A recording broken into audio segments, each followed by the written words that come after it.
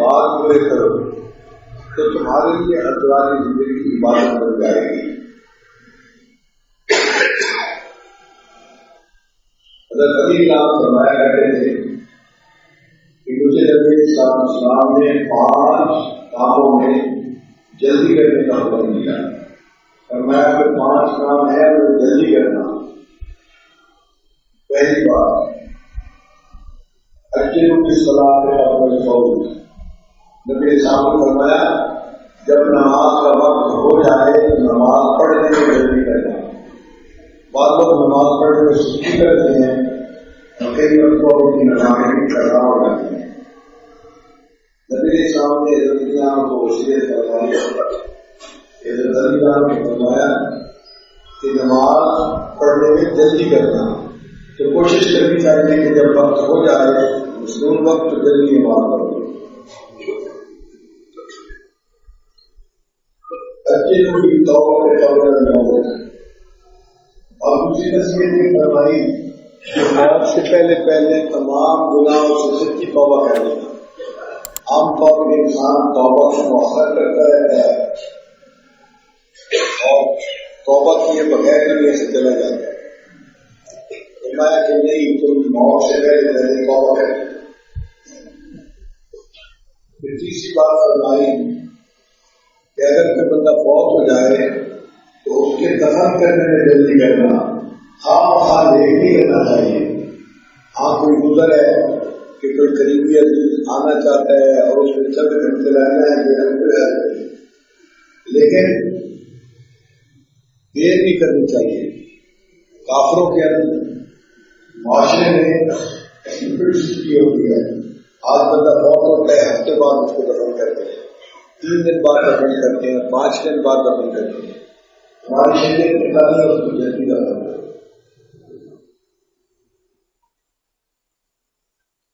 چوتھی بات کا میرے سامنے فرمائی کہ اگر کوئی کبھی قرض لینے کی ضرورت پڑ جائے تو قرض کو ادا کرنے میں جلدی کرنا. تو انسان قرض ادا کرنے میں سستی نہ کرے.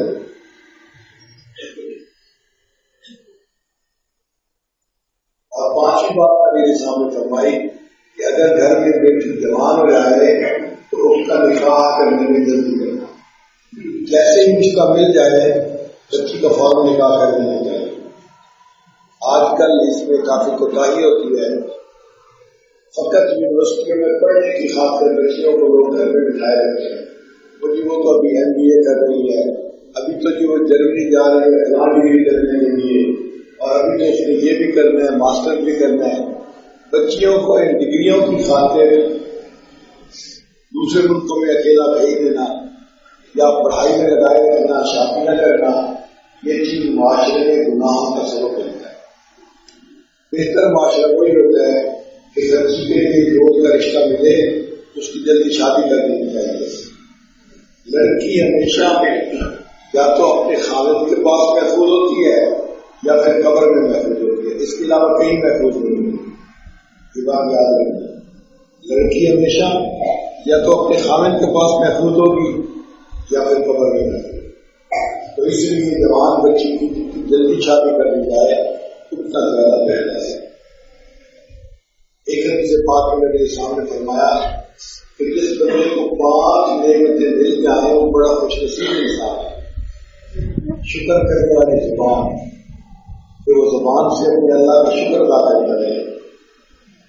دوسرا ذکر کرنے والا دل کہ اس بندے کا دل اللہ کا ذکر کرنے والا. اور تیسرا مشقت اٹھانے والا بدن. موٹا بدن نہیں کہا کہ موٹا ہونا صحت کی نشانی نہیں ہوتی. مشقت اٹھانے والا بدن ایسا ہو کہ انسان ایگزرٹ کرے تو تھکے نہ, مشقت اٹھائے تو تھکے نہ. یہ اچھا نہیں ہے. تو تیسری چیز مشقت اٹھانے والا بدن. اور چوتھا وطن کی روزی. جس بندے کو اللہ وطن کی روزی عطا فرما دے یہ بھی اللہ کی نعمتوں میں سے بڑی نعمت ہے. ورنہ بہت سارے لوگ اپنے وطن سے دور پردیش میں رہتے ہیں, اجنبی لوگوں میں زندگی گزارتے ہیں. انہیں اپنے عزیز رشتے داروں کے پاس آنے میں اور ان کی فنکشن میں خوشی غمی میں شریک ہونے کی فرصت ہی نہیں ملتی. کئی لوگ تو باہر جاتے ہیں تو 10 سال کے بعد واپس آتے ہیں. تو وطن میں اللہ رضی اللہ نے کیونکہ اللہ کا بڑا انعام ہے. اور پانچویں چیز نیک بیوی.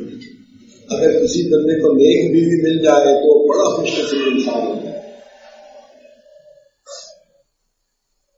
نبی اسلام نے ارشاد فرمایا دنیا متاع ہے خیر متاعها امرأۃ صالحہ، اور اس میں سے بہترین چیز جو دنیا میں ہے وہ نیک بیوی ہوتی ہے. جس بندے کو اللہ تعالیٰ نیک بیوی دے وہ یقیناً خوش نصیب انسان ہے. چنانچہ اللہ کے پیارے نبی صلی اللہ علیہ وسلم نے بتایا کہ لوگ 4 وجوہات سے نکاح کرتے ہیں. سب سے پہلے لڑکی کے حسن و جمال کی وجہ سے نکاح کرتے ہیں. یہ بھی آج کل بہت مصیبت بنی ہوئی ہے کہ نوجوان لڑکے فقط ظاہری چہرے کو دیکھ کے شادی کے لیے تیار ہو جاتے ہیں. اور اگر اس کا چہرہ تو خوبصورت ہے لیکن اس کی سیرت خوبصورت نہیں تو اس کے ساتھ زندگی تو اچھی نہیں گزرے گی. اس لیے اسٹیٹسٹک یہ بتاتی ہے کہ خوبصورت لڑکیوں کی طلاقیں زیادہ ہوتی ہیں. وجہ کیا ہوتی ہے؟ ان کے اندر بے حیاتی بھی زیادہ ہوتی ہے، بے پردگی بھی زیادہ ہوتی ہے. خوبصورت ہوتی ہے نا تو پردے کا اتنا خیال نہیں کریں گے اور اس میں ان کے مسائل ہو جائیں گے.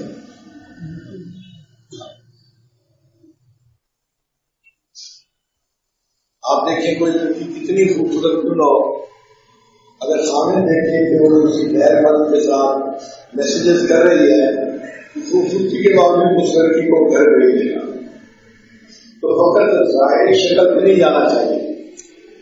اچھا عجیب بات ہے کہ شادی کے پہلے دن لڑکی کی شکل دیکھی جاتی ہے، پھر پوری زندگی اس کی شکل دیکھی جاتی ہے. تو بھائی شکل دیکھ لیتے. شریعت یہ نہیں کہتی کہ لڑکی خوبصورت نہیں ہونی چاہیے، نہیں ہونی چاہیے، مگر صرف اسی کے اوپر ہی فیصلہ نہیں کرنا چاہیے کہ یہ لڑکی بڑی خوبصورت ہے، اس کے علاوہ بھی جگہ سے بات ہونی چاہیے. اس پہلی صورت لوگ خوبصورتی کی وجہ سے نکاح کرتے ہیں. دوسری بات ولحسبها، خاندان کی وجہ سے، کہ فلاں خاندان بڑا خاندان ہے، اس خاندان میں شادی کرو. اگر لڑکی کے اخلاق اچھے نہ ہو، تعلیم اچھی نہ ہو تو اونچا خاندان، اونچی دکان، اونچا پکوان کوئی بات ہو جائے گی. اور تیسری چیز فرمایا بولے مال لیا، امیری کی وجہ سے، مال کی وجہ سے لڑکیوں سے نکاح کرتے ہیں. امیر باپ کی بیٹی ہے، جہیز زیادہ ملے گا، BMW گاڑی ملے گی اور فلاں گھر ملے گا، فلاں ملے گا، تو اس وجہ سے لوگ نکاح کرتے ہیں. اور یہ تو بہت ہی فضول سی بات ہے، اس لیے کہ مال کے دل کی چھاؤں ہے، جو شاخ نازک پہ آشیاں نہ بنے گا نہ پائیدار ہوگا. تو مال پہ کبھی بھروسہ نہیں کرنا چاہیے. ہم نے زندگی میں دیکھا ہے کئی مرتبہ رات کو امیر ہوتے ہیں، صبح کو فقیر ہوتے ہیں، رات کو وزیر ہوتے ہیں، صبح کو اسیر ہوتے ہیں، رات کو صدر ہوتے ہیں، صبح کے وقت ملک بدر ہوتے ہیں. تو مال کا کیا بھروسہ؟ اس کا کوئی بھروسہ نہیں. تو صرف مال کی وجہ سے نکاح نہیں کرنا چاہیے، بلکہ سب چیزیں اچھی ہوں. اور ایک آخری چیز ہے کہ والدین ہیں کہ لڑکی کی دینداری اور نیکی کی وجہ سے اس کے ساتھ نکاح کیا جاتا ہے. جو لوگ نیکی اور دینداری کی وجہ سے نکاح کرتے ہیں یہ لوگ ہمیشہ خوشی والی زندگی گزارتے ہیں. کہ جو دیندار لڑکی ہوتی ہے وہ حقوق اللہ کو بھی پورے کرتی ہے اور حقوق العباد کو بھی پورا کرتی ہے. اللہ کو بھی خوش رکھتی ہے، خاوند کو بھی خوش رکھتی ہے اور صاف ستھرے کو بھی خوش رکھتی ہے. تو دین کو دیکھنا چاہیے ہمیشہ.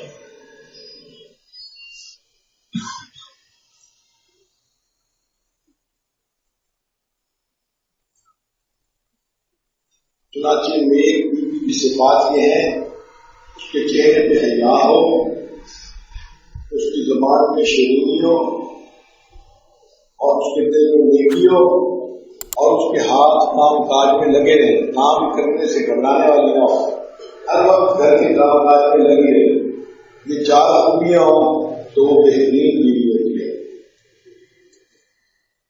جس طرح شریعت نے بیویوں کی صفات بتائی، خاندوں کی بھی صفات بتائی۔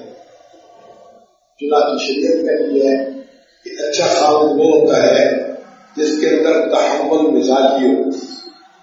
تحمل مزاجی کہتے ہیں وہ کئی لوگ چھوٹی سی بات پہ فوراً غصے میں آ جاتے ہیں، ایسا بندہ اچھا شوہر نہیں ہوتا۔ ازدواجی زندگی میں انسان کو تحمل مزاجی سے کام لینا پڑتا ہے، اور جو بھی تحمل مزاجی انسان ہوگا تو وہ اچھی کامیاب زندگی گزارے گا۔ اس نعمت کو اللہ تعالیٰ سے ماننا چاہیے۔ کچھ لوگوں کو دیکھا کہ ان کو کرٹیسائز کرنے کی عادت پڑی ہوتی ہے، ایسا کام نہیں کرتی کامیاب کام نہیں ہوتا۔ چھوٹی چھوٹی باتوں پہ ہر وقت کرٹیسائز کرتے رہنا یہ اچھی بات نہیں ہوتی۔ بڑا دل ہونا چاہیے، تحمل مزاجی ہونا چاہیے۔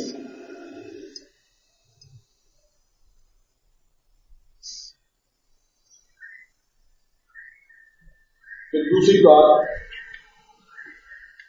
کہ اس کے اندر سینس آف ریسپانسبلٹی ہونا چاہیے۔ کئی نوجوان ہوتے ہیں وہ ریسپانسبلٹی نہیں لیتے، ایون شادی کے بعد بیوی کی بھی ریسپانسبلٹی نہیں لیتے، بیوی کو بھی اپنی ماں پہ سپورٹ کر لیتے ہیں کہ جو ماما کہے گی وہ تمہیں کرنا ہے۔ پھر ماما کہے گی وہ بھی کر رہے ہیں لیکن کھانے تو آپ ہونا، آپ نے ہی اس کو جو ہے نا کام بتانا ہے اور زندگی گزارنے کے لیے سپورٹ دینی ہے۔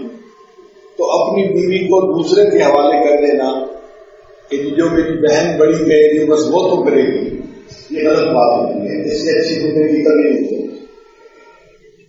کون کرنا چاہیے؟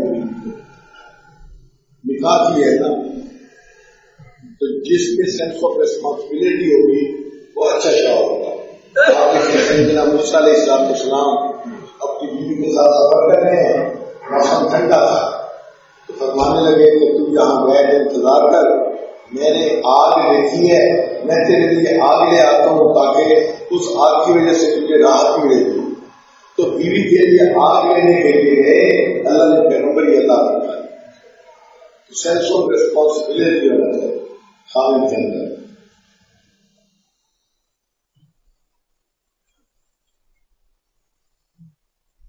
اور غصہ کنٹرول ہونا چاہیے۔ بعض نوجوان ہوتے ہیں ان کا غصہ سے کنٹرول نہیں ہوتا، وہ بہت برے خاوند ہوتے ہیں۔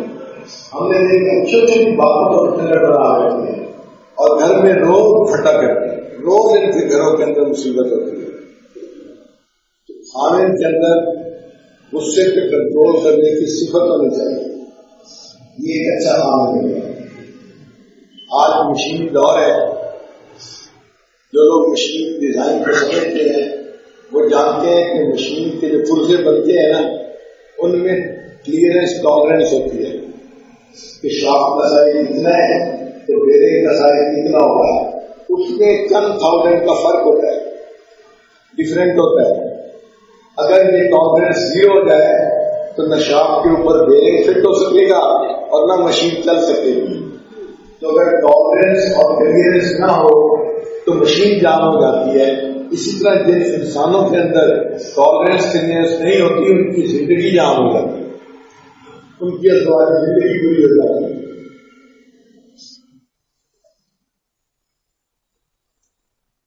انسانوں کی مثال 2 طرح سے ہے۔ آپ دیکھیں ایک ہوتے ہیں شہد کی مکھی اور ایک ہوتی ہے گندی مکھی۔ شہد کی مکھی کی یہ خوبی ہے وہ ہر وقت نیکٹر ڈھونڈتی ہے، وہ اسے پھلوں میں ملتا ہے، پھولوں میں ملتا ہے۔ تو شہد کی مکھی آپ کو باغوں میں نظر آئے گی یا پھلوں کی جگہ پر نظر آئے گی، اور ایسے صاف ستھرے ماحول میں وہ نیکٹر لے گی اور اس سے آپ کی شہد بنائے گی۔ اور جو گندی مکھی ہوتی ہے اس کو گند پسند ہوتا ہے۔ اتنے خوبصورت گھر کو چھوڑ کے جہاں پورا کرکٹ پڑا ہوگا یہ مکھی وہاں نظر آئے گی، جہاں بیت الخلا ہوگا وہاں نظر آئے گی. کتنے خوبصورت بدن کو چھوڑ کے جہاں پر تھوڑا پھنسی ہوگی یہ مکھی وہاں آ کے بیٹھے گی. یہ ہے کہ گندی مکھی، اس کو گھر کی تلاش ہوتی ہے. تو بعض انسان گندی مکھی کی طرح ہوتے ہیں، ان کو بس دوسرے کا فوراً عیب نظر آ جاتا ہے، اس میں یہ عیب ہے، اس میں یہ عیب ہے، اس میں یہ غلطی، اس میں یہ غلطی. وہ کسی سے راضی نہیں ہوتے. ہم نے تو دیکھا ہے وہ ہم کو بھی بیٹھے گالیاں نکالتے رہتے ہیں، اپنے آپ کو بھی گالیاں نکالتے ہیں.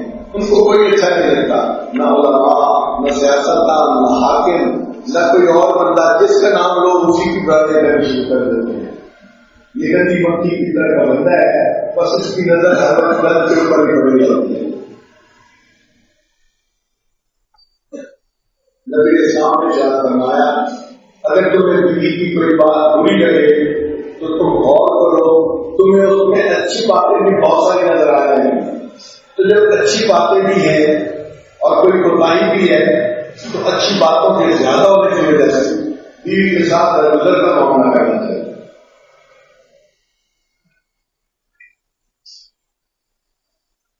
ٹرین دو طرح کی ہوتی ہے، ایک ہوتی ہے پیسنجر ٹرین. یہ چلتی ہے تو ہر اسٹیشن کھڑی ہوتی ہے، لاہور سے چلے گی 3 دن کے بعد کراچی پہنچے گی، کیونکہ اس کے ہر چھوٹے بڑے اسٹیشن پہ کھڑا ہوتے ہیں. ذرا چلی پھر کھڑی ہے، ذرا چلی پھر کھڑی ہے، ذرا چلی پھر کھڑی ہے. کاروباری لوگ اس کے اوپر ڈرائیور کرنا پسند نہیں کرتے، وہ کہتے ہیں وقت بہت زیادہ. ایک ہوتی ہے ایکسپریس ٹرین، اس کی یہ خوبی ہوتی ہے کہ یہ جب چلتی ہے تو تیز چلتی ہے اور راستے میں اسٹیشن پہ کھڑی نہیں ہوتی.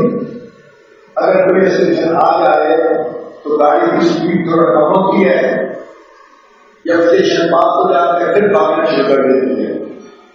پھر اگلا اسٹیشن آیا اسپیڈ تھوڑی سی کم ہوئی، اسٹیشن کو پھر بھاگنا شروع کر دیا.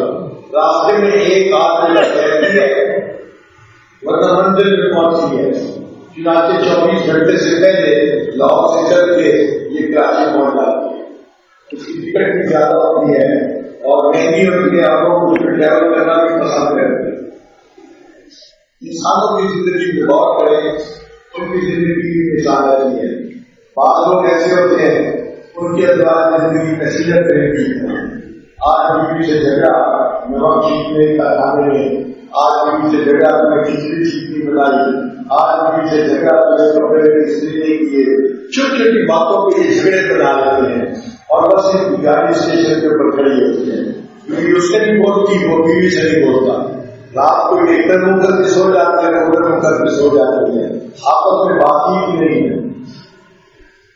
تو یہ پیسنجر ٹرین ہے بیچارے، روز ان کی گاڑی کھڑی ہوتی ہے، چلتی نہیں ہے. اور کئی لوگ ایکسپریس ٹرین کی طرح ہوتے ہیں، وہ اپنے مقصد زندگی کو سامنے رکھتے ہیں. اگر گھر میں کوئی اونچ نیچ کی بات ہو بھی جائے تو تھوڑی سی اسپیڈ کم ہوتی ہے مگر وہ جلدی اس کا حل نکال لیتے ہیں اور اس کے بعد پھر اپنے مقصد زندگی کو پورا کرتے ہیں.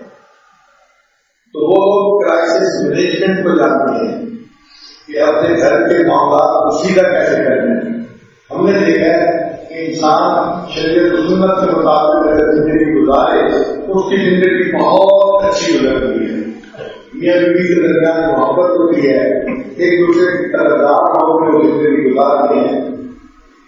نبی اسلام کی سنتیں انسان کی زندگی کو کامیاب بنا دیتی ہیں.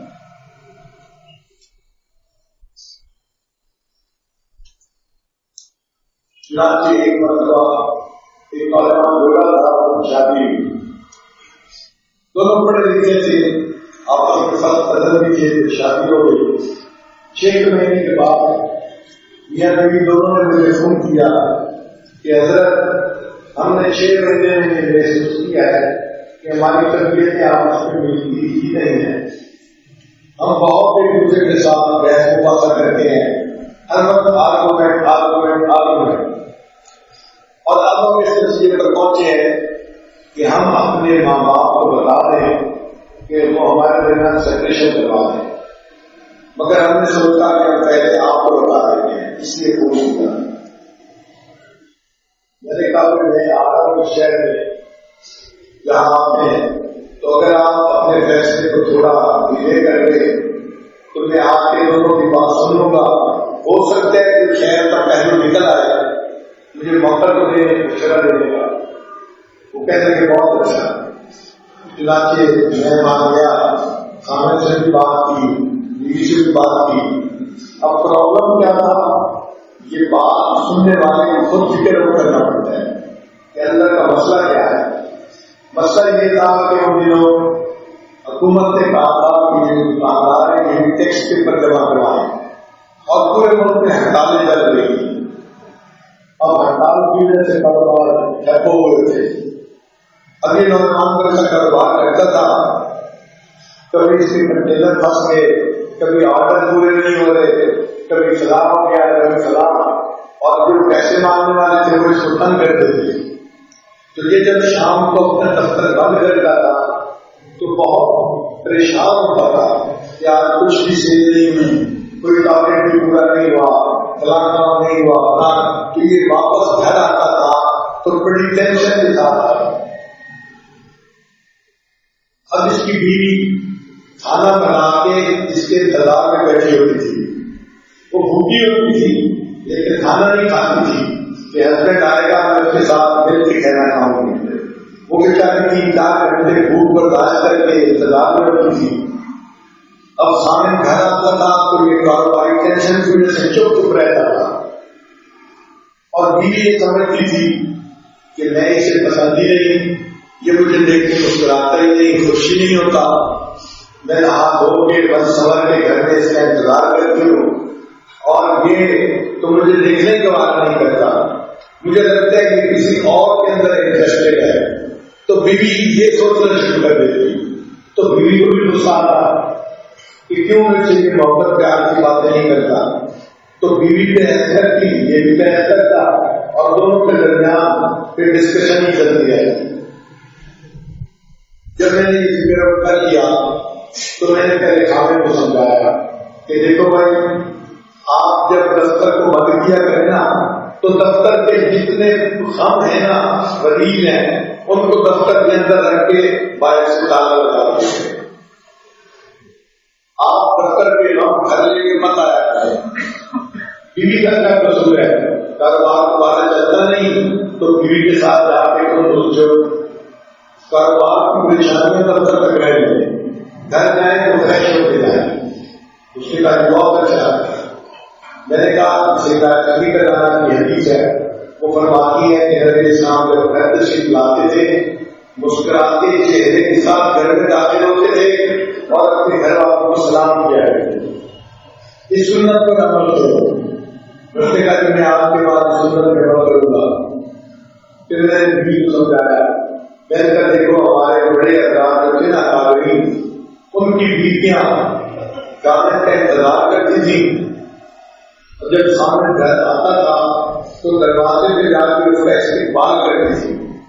تو آپ جتنے بھی گھر میں مصروف ہو، جب سامنے آئے آپ دروازے پہ جا کے اس کو ریسیو کریں اور اس کو دیکھ کے مسکرائیں. اس کے گھر بہت اچھا میں استعمال کروں گی. اب جب بیوی دروازے پہ جا کے مسکرا کے خامد کو دیکھتی تو خامد مسکرا کے بیوی کو دیکھتا تو گھر میں مسکراہٹیں شروع ہو جاتی اور وہ دونوں ایک دوسرے سے بہت محبت پیار کے ساتھ دیکھی. 1 مہینے کے بعد انہوں نے مجھے فون کیا، حضرت آپ کو بتائے ہوئے طریقے سے ہم نے عمل کیا اور ہم تو سمجھتے ہیں کہ پورا 1 مہینہ ہم نے ہنی مون میں گزارا ہے اور ہم ایک دوسرے سے بہت کمفرٹیبل ہیں، بہت محبت کرتے ہیں. میں نے کہا بہت اچھا. سوچو اگر نبی اسلام کی ایک سنت پر عمل کرنے سے ٹوٹتا ہوا گھر بچ گیا ہے، اگر سب سنتوں پر عمل کرو گے تو گھر میں کتنی برکتیں آئیں گی.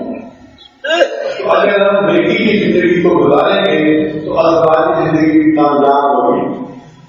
شریعت کا حسن دیکھو کہ شریعت نے دیکھا کہ جب خامد بیوی کو دیکھ کر مسکراتا ہے، نوجوان بھائیوں کے ساتھ میں جب خامد بیوی کو دیکھ کر مسکراتا ہے اور بیوی خامد کو دیکھ کر مسکراتی ہے، اللہ تعالیٰ ان دونوں کو دیکھ کر مسکراتے ہیں. تو تو اللہ تعالیٰ کو خوش کرنا کتنا آسان ہے. یہ ابھی بھی آپ ہمیں خوش رہیں, اللہ تعالیٰ کو دے کر خوش رہیں.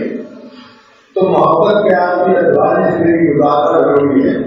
اس لیے کہتے ہیں کہ house is built by hands but home is built by heart. جب اینٹیں جڑتی ہیں تو گھر بن جاتے ہیں, اور جب دل مکان بن جاتے ہیں, اور جب دل جڑتے ہیں تو گھر آباد ہو جاتے ہیں. تو شادی کے بعد دلوں کو جوڑنے کی کوشش کرنی چاہیے کہ دل آپس میں جڑ جائیں, اور خاندان کو چاہیے کہ اپنا دل بڑا کر کے چھوٹی چھوٹی باتوں کا بچھڑنا نہ بنائے. انگریزی میں کہتے ہیں to run a big show one should have a big heart. کہ بڑا کام کرنے کے لیے بندے کو دل بھی بڑا چاہیے ہوتا ہے. تو خاندان کا دل بڑا ہوگا تو وہ پھر بیوی بچوں کو محبت پیار سے رکھے گا اور ان کے ساتھ اچھے سلوک کا معاملہ کرے گا. انگریزی میں کہتے ہیں ہائی ونڈز بلو اور ہائی ماؤنٹین. جتنا اونچا پہاڑ ہوتا ہے اتنا اس کے اوپر تیز آندھی چلتی ہے. تو کئی مرتبہ زندگی میں تیز آندھی بھی چلتی ہے, مگر اس پر صبر کے ساتھ وقت کو گزارنا پڑتا ہے. پھر اللہ تعالیٰ زندگی کو خوشی بھری بنا دیتے ہیں. جو خامن محبت کرنے والا ہوگا اس کی زندگی ہمیشہ اچھی گزرے گی. اسی لیے جب اسلام نے محبت پیار کی زندگی گزار رہی تعلیمات کی, میرا پیغام محبت ہے جہاں تک پہنچے. اور ایک اصول بھی ہمیں کو بنانا چاہیے کہ ایک دوسرے سے ناراض ہو پھر آپ کو نہیں سمجھ چاہیے. جب تک ایک دوسرے کو منا نہ لے, ایک دوسرے سے خوش ہو جائیں تو نہیں ہونا چاہیے. یہ اصول ہوتا ہے کہ ایک دوسرے سے راضی ہوں گے تب ہم سوئیں گے. اور اگر کبھی کوئی ایسا مسئلہ ہو کہ جس کے اوپر ایک دوسرے کے ساتھ کوئی ایگریمنٹ نہیں ہو رہا تو اس پہ ہی ایگری ہو جائیں کہ آج ہمارا ایگریمنٹ